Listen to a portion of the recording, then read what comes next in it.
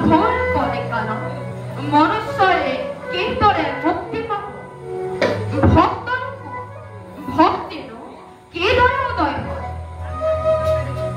ৰাজা যেখানে দৃঢ় মনুষ্যৰ জীৱন পায় মায়া শেষ কৰিব নোৱাৰে তেওঁ এই অনিত্য কেৱল নিমগ্ন থাকে তেওঁ অনিত্য সংসাৰৰ কথা একো নাজানে সত্য চাৰি আত্ম অনাদি জিজ্ঞাসু আৰু জ্ঞানীজনে সদায় ঈশ্বৰ আৰাধনা কৰি তেওঁৰে ভজনা গায় গুরুদেব আপনার অনুগ্রহ কিঞ্চিত জ্ঞান কিন্তু কি উপায়ে সিদ্ধ ভিত্তি করিব পারে এই দুর্ঘোর কলে কাল মনুষ্যরে কি গতি হবে যদি পাপ নষ্ট নহলে কৃষ্ণরে মতি নষ্ট নহয় তেন্তে কলের পাপ তরিব কেন কোনটো ধর্ম কোনটো অধর্ম কলিত ঈশ্বর গতি মোর সিদ্ধ অধীর হয়ে পড়েছে গুরুদেব মোর সংশয় দূরে করবল সকল গুরুদেব সকল রাজা কলিত অধর্মই ভয় করব ধর্ম সহজে তিনি ঈশ্বরের ভাঙি চতুর্থ শরণকু নষ্ট কৰিব অনাচাৰী লোকসকলে চেষ্টা ভাৰি তাৰো নিৰ্দয়ভাৱে দায়িত্ব অনাচৰণ কৰিব ব্ৰাহ্মণ ক্ষত্ৰিয় বৈশ্য এই হিচাপে ভকতিৰ কথা নুশুনিব ক্ষুদ্ৰ কৈৱৰ্তই মহাশৰীৰ পুঁজি ঈশ্বৰৰ মহাজ্ঞান অপৰাধে লাভ কৰিব দীৰ্ঘায় বিশ্ববিজ্ঞানী পৰপুৰুষৰ স্মৰণ কৰিব বাসুদয় বেদপদ দূষিত কৰি ধৰ্ম জ্ঞান বিলাই বহুমান লাভ কৰিব এনেদৰে কৈ মনুষ্যক আৱৰি ধৰিব কলিত তৰিবৰ বাবে কৃষ্ণৰ বিনা আন উপায় নাই সেইখিনি কৃষ্ণ ভক্ত আপনাৰ সান্নিধ্য বহু জ্ঞান সেইভাবে মই কৰজোৰে কৰিছো ৰাজা আমাৰ সৈন্য তিনিটা লাৰি আছে ইৰা পিংগনা সুষমা আৰু ভিংকু এই তিনিজন নাৰী য'ত তিলক হৈছে সেয়াই তীৰ্থস্থান তাত ব্ৰহ্মা বিষ্ণু শিৱ তিনিও বিৰাজমান তেন্তে ইন্দ্ৰিয় বিলাকৰ কিবা ৰূপ আছে নেকি গুৰুদেৱ বাহুৰ ৰাজন বাহুৰ সমষ্টি দেৱগণ কৰ্ণত ভৈৰৱী নাভে অশ্বিনী কুমাৰ নয়নে দৰ্পণ ভুজুগল ব্ৰহ্মকৰ দন্তই দম হাস্যই মায়া আধুৰ্যক দেৱতা বিশ্বৰ আকাৰ আছে গুৰুদেৱ আপোনাৰ সান্নিধ্য মোৰ মনৰ মন দূৰ কৰি মোক ধন্য কৰে আপোনাৰ কৃপাতে মোৰ হৃদয়ত পূৰ্ণ ভগৱতে স্থান হে এতিয়া মহাভাৰতৰ মহাজ্ঞান কৰক প্ৰদান जानंद परम दुष्टंग मे विज्ञान खवंदित हर हर्षय तरंगन शोकिहान गतितं माया यह अनाहुल यथा भावु ते खदनु ग्रहण तथाय तत्त विज्ञानमष्ट ते खदनु ग्रहण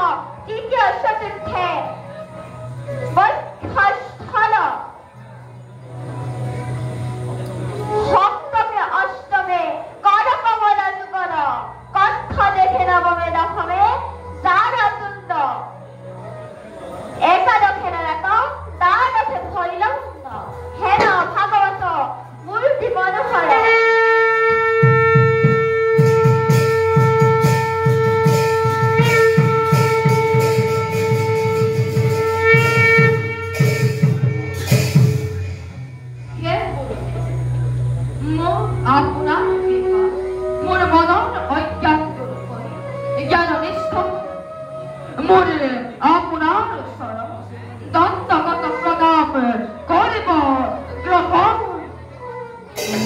রাজা, এতিয়া তুমি গঙ্গার তীরতে উত্তরণে মুখ করি মাধবক স্মরণ করা হরি হৃদস্থ করি ঈশ্বরক সাক্ষাৎ করা নিশ্চয় তোমার মনোবাঞ্ছা পূর্ণ হব। আমিও এবার এই ঠিকানার পক্ষে বিদায় সেবা দিব। জয় শ্রীহরি, জয় ওম নমো ভগবতে বাসুদেবায়। ওম নমো ভগবতে বাসুদেবায়। ওম নমো ভগবতে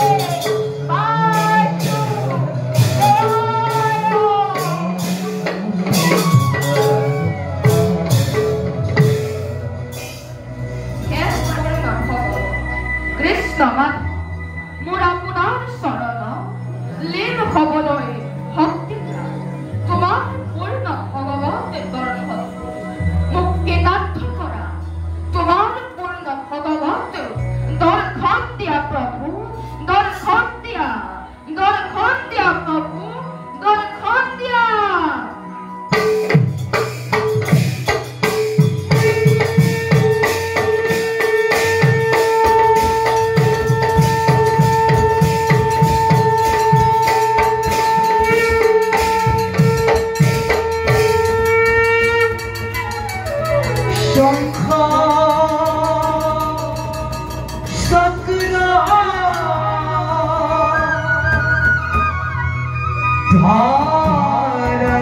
Vishnu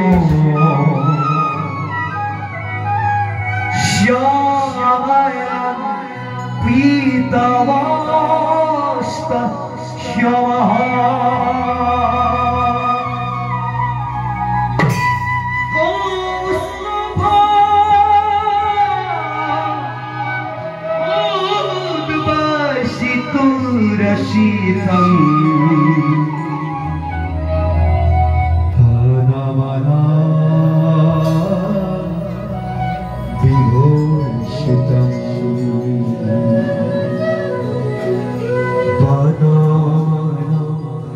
विभूषितं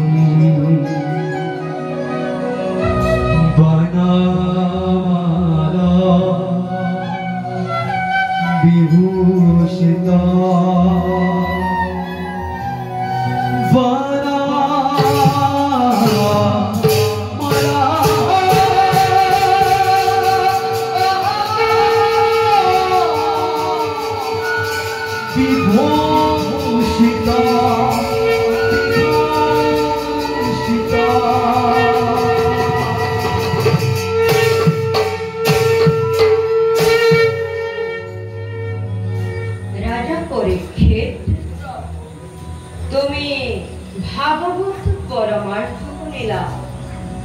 তোমার হর্ষবাদ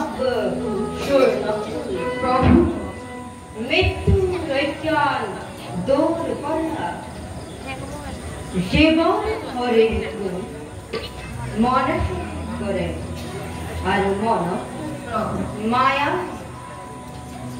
দে মন কর্মারু আত্মা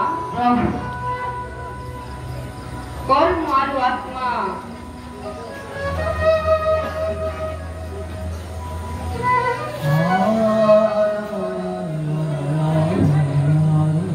আত্মার কিন্তু জন্ম মরণ না পরীক্ষিত প্রভু সেবার পরমার্থ তত্ত্ব তুমি পালা তাকে মানে সিদ্ধ করা তুমি তুমি আমারে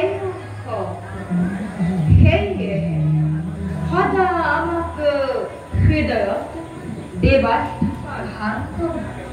আজির পরা তুমি মায়াহীন হয়ে ঈশ্বর কিনিলারু নিজ বুঝিলা তোমার আত্মায় যেন আজির পরা আমাকে এই সর্বোচ্চ সৃষ্টিরাশির আমি এই ভগবান। আমাতে আদি, আমাতে অন্ত, আমি এই সৃষ্টি, আমি এই ধর্ম, আমি এই পূর্ণ ব্রহ্ম অবতার মহাভাগবত।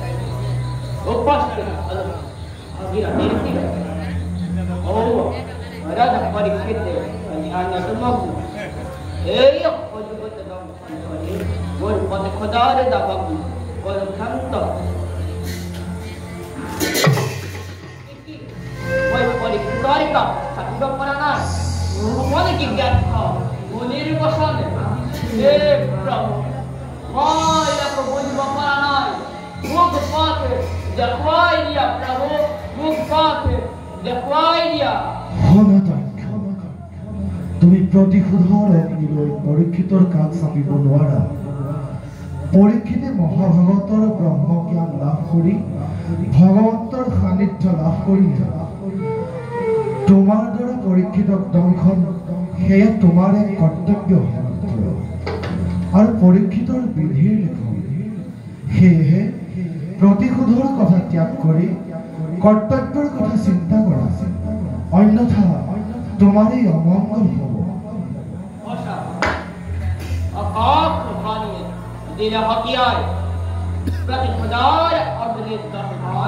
নিজকে পাহৰি গৈছিল। আজি মোৰ জ্ঞান স্বপ্ন মুকলি হ'ল। পৰীক্ষিতৰ দৰে পুণ্যাত্মা দংশন কৰাটো মোৰ এক কৰ্তব্য। ইও এক মৰ্মান্তে ৰাজা তোমাৰ দ্বাৰা রাজা তুমি মহাভাগবতের জ্ঞান লাভ করে পৃথিবীতে মনুষ্যের পথে কুশল করিলা। তোমার দ্বারা পুণ্যাত্মা এই তোমার অত অবশ্য প্রণাম। মোর কর্তব্য করিবই লাগিব। মনের বক্ষ বাক্য রক্ষা করিবই লাগিব। হে প্রভু, মোর সর্বলোক মার্জনা করিবা। প্রভু, সর্বলোক মার্জনা করিবা।